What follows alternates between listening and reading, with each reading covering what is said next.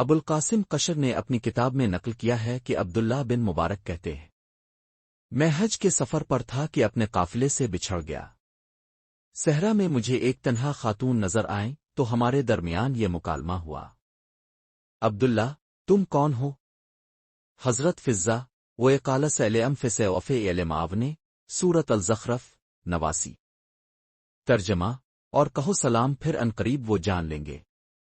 میں سمجھ گیا کہ وہ سلام کی توقع کر رہی ہیں، میں نے سلام کیا۔ عبداللہ آپ اس ویران بیابان میں کیا کر رہی ہے؟ حضرت فضہ وہ میں نے ایدن اللہ ویا ف میا لے ایامن ماؤزنلو سورت الزمر 37۔ ترجمہ، اور جسے اللہ ہدایت دے اسے کوئی گمراہ نہیں کر سکتا۔ میں سمجھ گیا کہ وہ راستہ بھول گئی ہیں لیکن اللہ پر یقین رکھتی ہے۔ عبداللہ آپ کا تعلق جنات سے ہے یا انسانوں سے؟ حضرت فضہ ای بینن ادم خازاواز نیت واما اندے والنو میں سجن سورت الراف 31۔ ترجمہ، اے بنی آدم، ہر نماز کے وقت اپنی زینت اختیار کرو۔ میں سمجھ گیا کہ ان کا تعلق اولاد آدم سے ہے۔ عبداللہ آپ کو قافلے سے بچھڑے کتنے دن ہوئے؟ حضرت فضہ وَيْلِقِدَ خِلِقْنِيَا الْسِوْمِوَيَتْن وَائِلَرْزِ وَيْمَيَا بِعْنِ آمَيَا فُنْسَنْتِعُنْ ایوم سورت قاف 38۔ ترجمہ، اور ہم نے آسمانوں اور زمین کو 6 دنوں میں پیدا کیا، یعنی انہیں 6 دن ہو چکے ہیں۔ عبداللہ کیا آپ کھانا پسند کریں گی؟ حضرت فضہ وَيْمَيَا جِعْلْنِ آمَجِ سید الف لیوا یا والاون التوائے سورت النباق 8۔ ترجمہ، اور ہم نے انہیں ایسا جسم نہیں دیا جو کھانا نہ کھاتے ہوں، یعنی ہاں وہ کھانا چاہتی ہے۔ کھانا کھلانے کے بعد میں نے کہا کہ جلدی چلیں۔ حضرت فضہ لیا آویل نفا الویا نفسا الف نلوا واسایا سورت الابقرۃ 286۔ ترجمہ، اللہ کسی جان پر اس کی طاقت سے زیادہ بوجھ نہیں ڈالتا۔ میں سمجھ گیا وہ تھک چکی ہے۔ عبداللہ اب کہاں سے آ رہی ہے؟ حضرت فضہ آنے آدے اونے من میں اوین بین سورت فصلت 44۔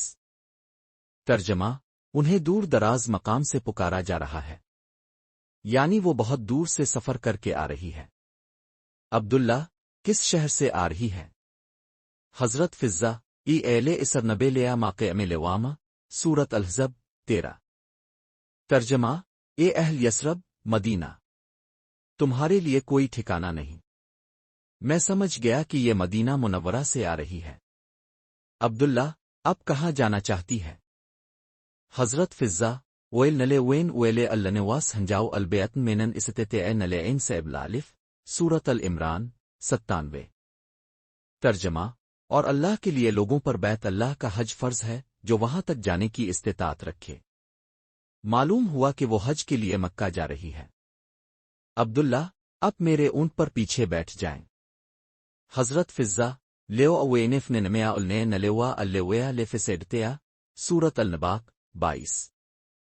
ترجمہ، اگر زمین و آسمان میں اللہ کے سوا کوئی اور معبود ہوتا تو فساد برپا ہو جاتا۔ یہ کنایا تھا کہ غیر محرم کے ساتھ ایک سواری پر بیٹھنا مناسب نہیں۔ میں نیچے اتر گیا اور انہیں سوار کیا۔ حضرت فضہ سابہین علیوزن سوئے خور لنیا ایزیا اویمیا وانے والے ایا ماقرنیے سورت الزخرف 13۔ ترجمہ، پاک ہے وہ ذات جس نے اسے ہمارے لیے مسخر کیا ورنہ ہم اسے قابو نہیں کر سکتے تھے۔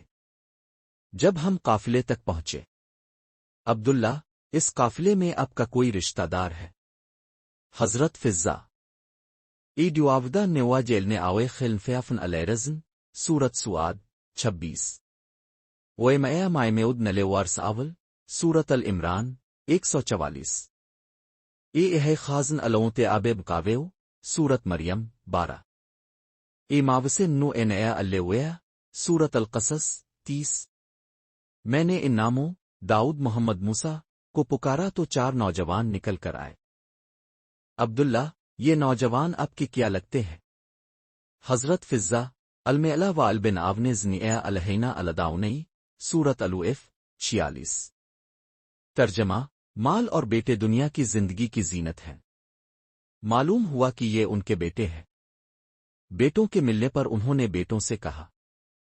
حضرت فضہ ای ایبتن استے اجنریہ صلی اللہ علیہ وسلم نیو خیر مینن استے اجرتے القماؤ علیمیہ سورت القصص 26 ترجمہ اے ابا جان اسے اجرت دے دیں بہترین مزدور وہ ہے جو قوی اور امین ہو یعنی اس شخص کو میری مدد کرنے کی اجرت دو بیٹوں نے کچھ رقم دی تو انہوں نے مزید کہا حضرت فضہ و الویا آزینفال نمین اشیاکا سورت البقرۃ 261 ترجمہ اور اللہ جس کے لیے چاہتا ہے رزق بڑھا دیتا ہے یعنی انہیں اور زیادہ رقم دو اختتام عبداللہ بن مبارک کہتے ہیں کہ میں نے ان جوانوں سے پوچھا کہ یہ معزز خاتون کون ہے انہوں نے بتایا یہ ہماری والدہ فضہ ہے جو حضرت فاطمہ الزہرا سین کی کنیز ہیں یہ گزشتہ 20 سال سے قرآن کے علاوہ کوئی کلام نہیں کرتی تاکہ ان کی زبان سے کوئی ایسی بات نہ نکل جائے جو اللہ کو ناپسند ہو